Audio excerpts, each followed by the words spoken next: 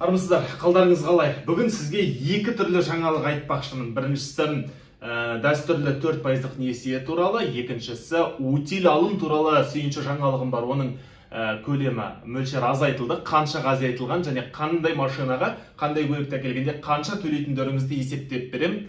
Сәл күтіңіздер. Алдымен 4% несие бойынша осы соңғы өткен үкімет отырысынан кейін экология және геологиялық ресурстар министрі Серікқали Брекешев журналистерге арнайы брифинг өткізіп, жеңілдетілген автонесие туралы мәлімет берді. Қазір оның айтуы бойынша осы келесі аптада басталады. Қазір автосалондар мен банктер дайындық жұмыстарының соңғы этапын жүргізіп жатқан көрінеді. Эти деньги, они сейчас в Жасылдому. Я до этого сказал, сегодня до 6 мая мы закончим внутрикорпоративные процедуры в Жасылдому для передачи этих денег в Фонд развития промышленности. Если в прошлом году за 4 месяца первого квартала, 4 месяца первого начала года было изготовлено 25 тысяч машин, потому что автокредитование для местных же отечественных производителей.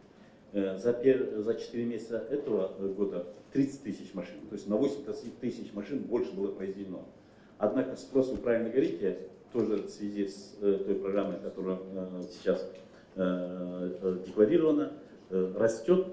Поэтому мы планировали вместо 80 тысяч прошлогодних в этом году 110 тысяч машин, ставили задачу, чтобы производители произвели на 30 тысяч машин.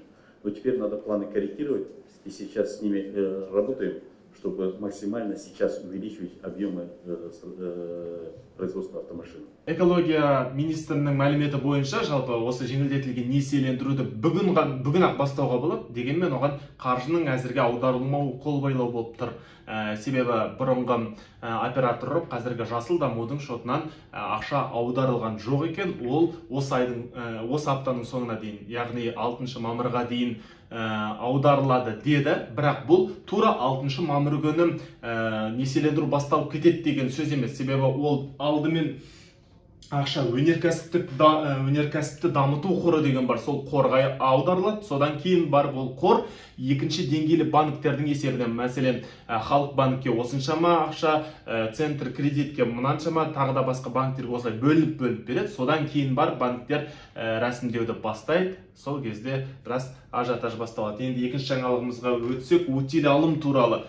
Қазір менде мына жерде утил алым туралы соңғы ақпараттар бар. Жаңағы экология министрлігінің мәліметі бойынша утил алымның мөлшері 2 есеге азайған екен. Жалпы оны 24 ақпан күні қателеспесем өткен брифинг кезінде осы министрлік 1 мамырға дейін утил алым туралы нақты шешім қабылдаймыз деп уәде берген еді. Бірақ бұл қабылдаған шаралары 14 мамырдан бастап қана күшіне енеді екен.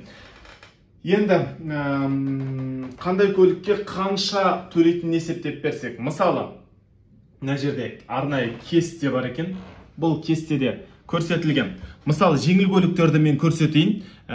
Қозғалтқыш көлемі 1000 сантиметр, текше сантиметрге дейін, яғни объемы 1 дейміз ғой. Сондай көліктерге бұрын коэффициент деген бар. Сосын базалық ставка деген бар. Утил алымды есептеудің тәсілін экранды көрсетші. Мына жерден көрсетейін. Мысалы қараңыз. Қазір бір МРП-ның көлемі 3063 теңге. Оны біз алдымен 3063-ті көбейтіп аламыз. 3063-ті көбейтеміз. 3063-ті көбейтеміз 50 МРП-ға. Яғни 153.150.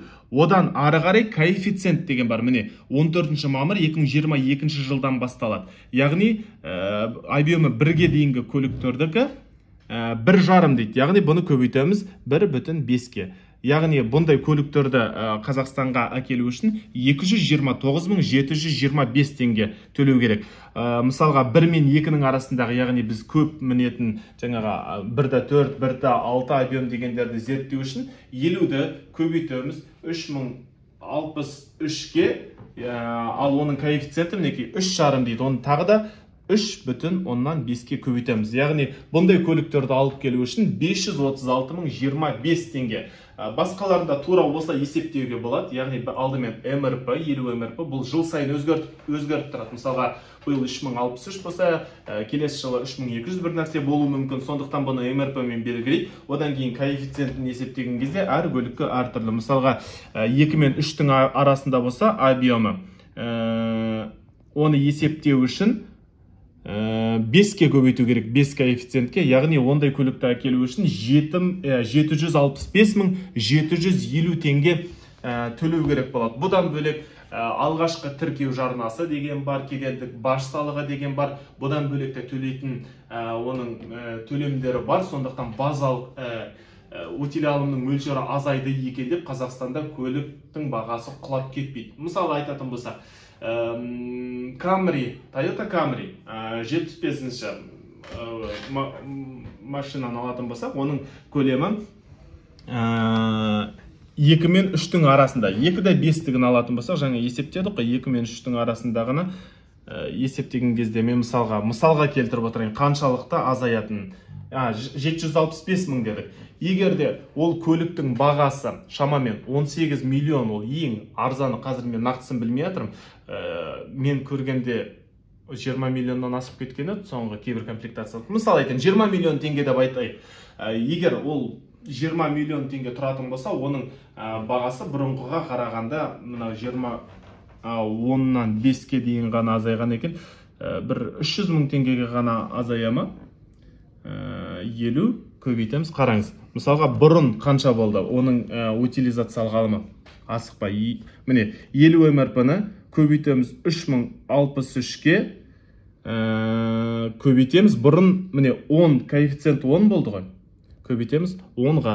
Сонда бұрын 1,5 миллион теңге төленген болатын болса, қазір 765 мың. Яғни 700 мың теңгеге ғана ол көліктің бағасына әсер етеді. Бұдан бөлек жаңағы айтқан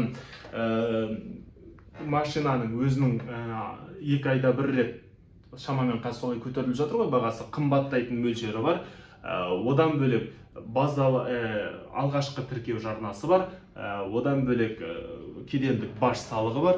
Яғни бұл көліктердің арзандауына қатты әсер ете қоймайды. Сондықтан бұған қатты қуанып қажет емес деп ойлаймын. Тағы да бір жаңашылдықтар болса, шығарылым жасаймын. Айтпақшы, мынау кестеге өздеріңізге қызықты, бұл кестеде үлкен жүк көліктері, тракторлар, ауыл шаруашылығы көліктерінің қалай есептеу керек екенін білесіздер. Оның мөлшерлері мен коэффициенті жазылған, осы сілтемесін мен астына қалдырам, кіріп өздеріңізге қажетті техникаға қанша өтел алым төлейтіндеріңізді есептеп алсаңыздар болады. Әзірге осы, арнаға жазылыңыздар, лайк басыңыздар, пікірлеріңізді жазыңыздар, не түсінбедіңіздер маған қайтадан жазсаңыздар болады. Мен комментарийда түсіндіріп беруге тырысамын. Амандықта жүздесейік.